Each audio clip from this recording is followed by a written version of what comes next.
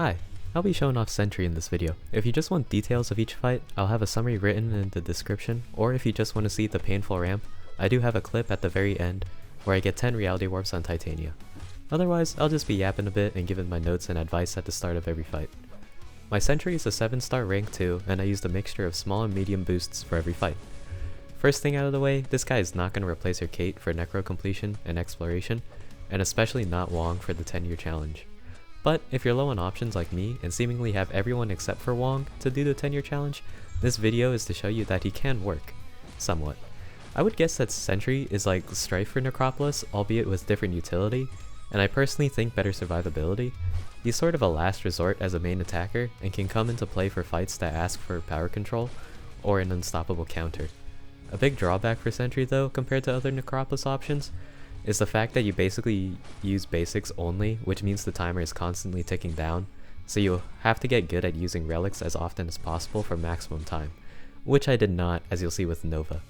Additionally, reliance on debuffs can make it tough to justify them for fights you cannot maintain your debuffs on, such as Hitmonkey or Squirrel Girl. So in general, for long-form content, I would advise not swapping his form with the special 2 for furies. Over time, I believe that the downtime in your no burst damage form is too big to justify the fury time you get with the other forms. Instead, get all your debuffs and stick to one form once you have everything in place. I believe that the medium and light burst damage has the highest DPS, however I preferred the heavy form because it was much easier to access the maximum potential, and the heavy has the nice bonus of spacing and making the opponent more aggressive, usually. I used a lot of special 3s as well, as the regen buffs don't switch your form and they really help with survivability, which you will see come into play a lot, as I don't think I played the greatest in every one of these fights.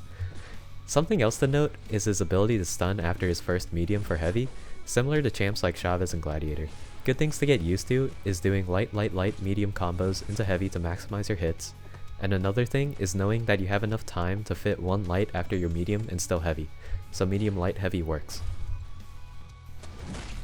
So for Airwalker, you control his power gain with your withers, so getting hit by his special 3 shouldn't be a factor.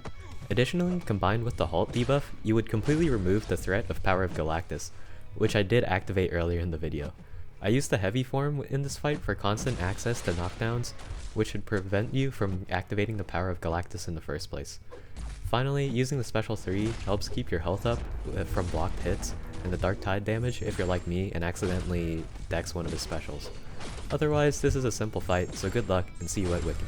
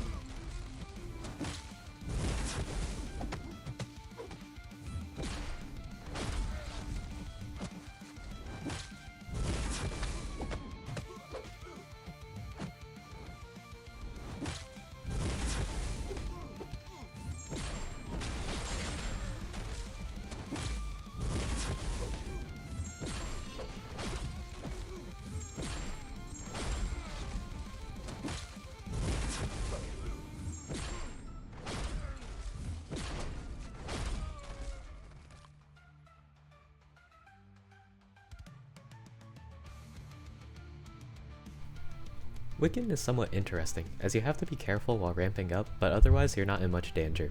Something quick to say is that you can see that I start at 9 reality warps, because I tried using Sentry for Captain Britain and ended up dying. For the record, he does not fare too great with the exhaustions lowering his crit damage, and Captain Brit's quick recovery time kinda sucked for getting good heavy chains in the fight.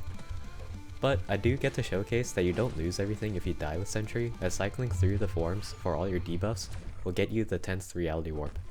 Now for Wiccan, this fight I sort of experimented with using the light and medium form, but I did ultimately switch to the heavy form because I was getting lazy, and the power efficiency was giving him quite a bit of power.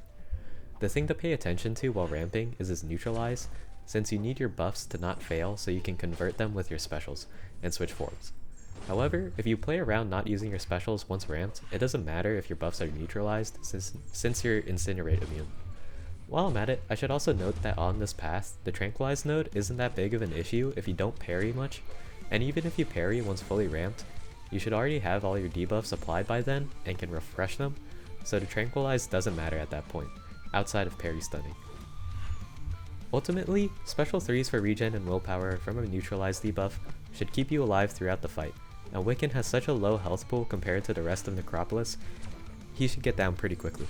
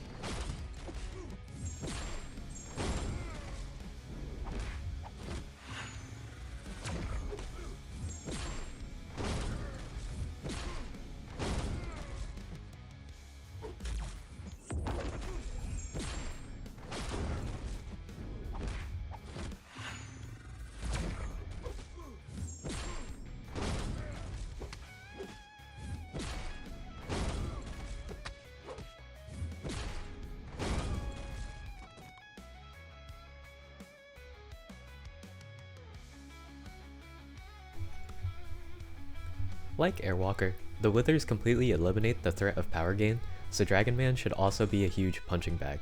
The stun immunity is somewhat annoying, but you can usually reach with your heavy after his specials to get him into the corner easily. Sentry's heavy is pretty nice for heavy spamming with good reach, but you may notice a slight delay between his heavy attacks and you using a relic in the middle of it, but that may just be me.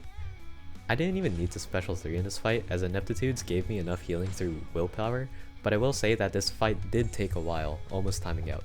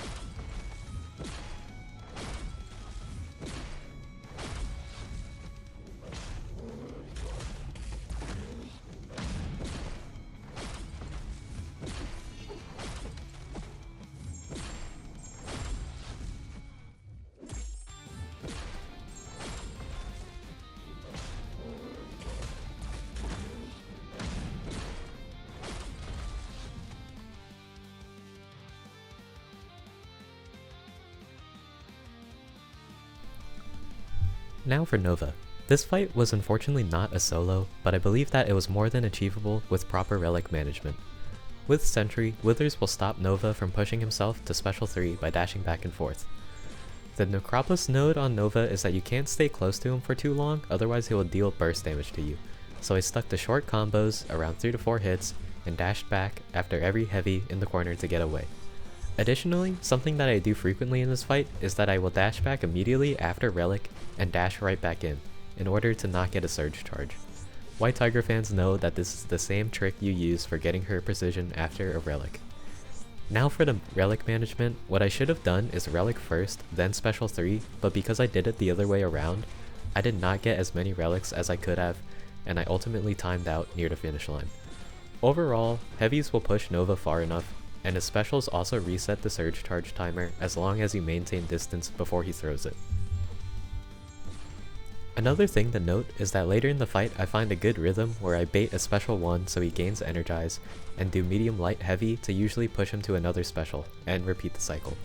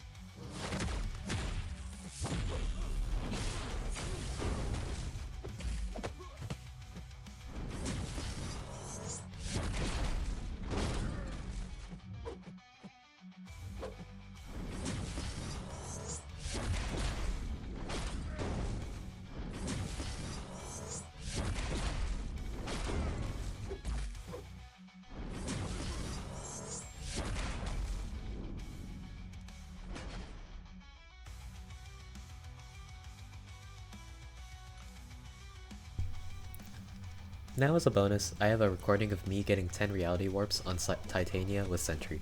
This isn't actually the fight I ramped up with for the 10-year challenge, but it's effectively the same as what I did, except I don't recall spending time at 0 charges for as long. At the start, you want to bait out the haymakers after getting a couple of hits in, then from there I use the anti-unstoppable debuff to later combo Titania during haymakers to run out the timer. Something to note is that this Halt debuff does not let your relic benefit from the anti-unstoppable, which is really annoying, so make sure you keep note of that. Now to ramp up as quickly as possible, throw specials as soon as you reach 20 buffs. Since the objective isn't to deal damage here, I did not bother with special 2s for furies, and if anything I would stick to special 1s for the anti-unstoppable. Sometimes I split my buff conversions between 2 special 1s to avoid reaching special 2. The special 1 applies a debuff, so you can throw it at 19 buffs to end with 20 and convert to the next phase. Additionally, it's fine to dash as much as you want, as the weaknesses aren't that big of a deal, since you have a counter to the haymakers. I still tried to minimize them though, since it's good practice after all. Once you reach the rooted phase, it kind of gets easier if you have the special 1 dex down and bait them. I personally avoided the special 2s because the block damage hurts and I don't have the full dex down consistently, but it is possible with practice. Here are the notable milestones. At 3 reality warps, heavying will refresh your Halt debuff, so technically pushing yourself to special 2 isn't as much of an issue, but since the objective is to rotate through forms as quickly as possible, I did not rely on this ability to keep 100% uptime on anti-unstoppable, as using the heavy during other forms can mess up the flow of the fight.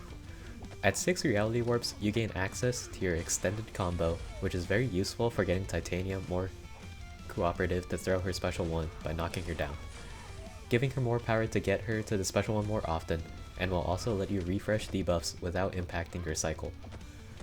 At 0 Necropolis charges, now you shouldn't reach this phase before having at least 6 reality warps, but it hypothetically shouldn't matter as the playstyle during this phase is notably different.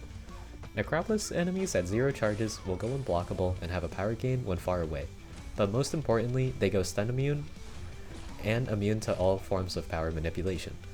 Since she'll be stun immune, you cannot extend your combos, so only use your heavy. The heavy will continue to apply energy, vulnerabilities, and exhaustions to get you through those phases. However, your wither form, since Titania becomes immune to wither debuffs, you must rely on dexing her special attacks to get buffs in your absolute strength form, and thus your mediums and lights won't matter, so it would be better to use your heavy to knock her down to get her to throw those specials. If she isn't being nice with throwing the special 1 and she gets to a special 2, assuming you can't dex it, hopefully you have a relic to throw and give her charges, and during the 6 seconds she isn't at 0 charges, you should bait a non-unblockable special 2 and be safe to continue. Now, once I get to 10 charges, I kinda gave up, but technically I can't see why you wouldn't be able to solo this fight, but I doubt anybody wants to do a 40-minute plus fight. I ended up using Cheelith to deal most of the damage to Titania for the 10-year challenge, but I did end up cleaning with Sentry in the end for the 10th reality warp before fighting Arcus. I will include my statistics for the 10-year challenge for anyone curious, but know that I did not do that great, and there is definitely room for improvement.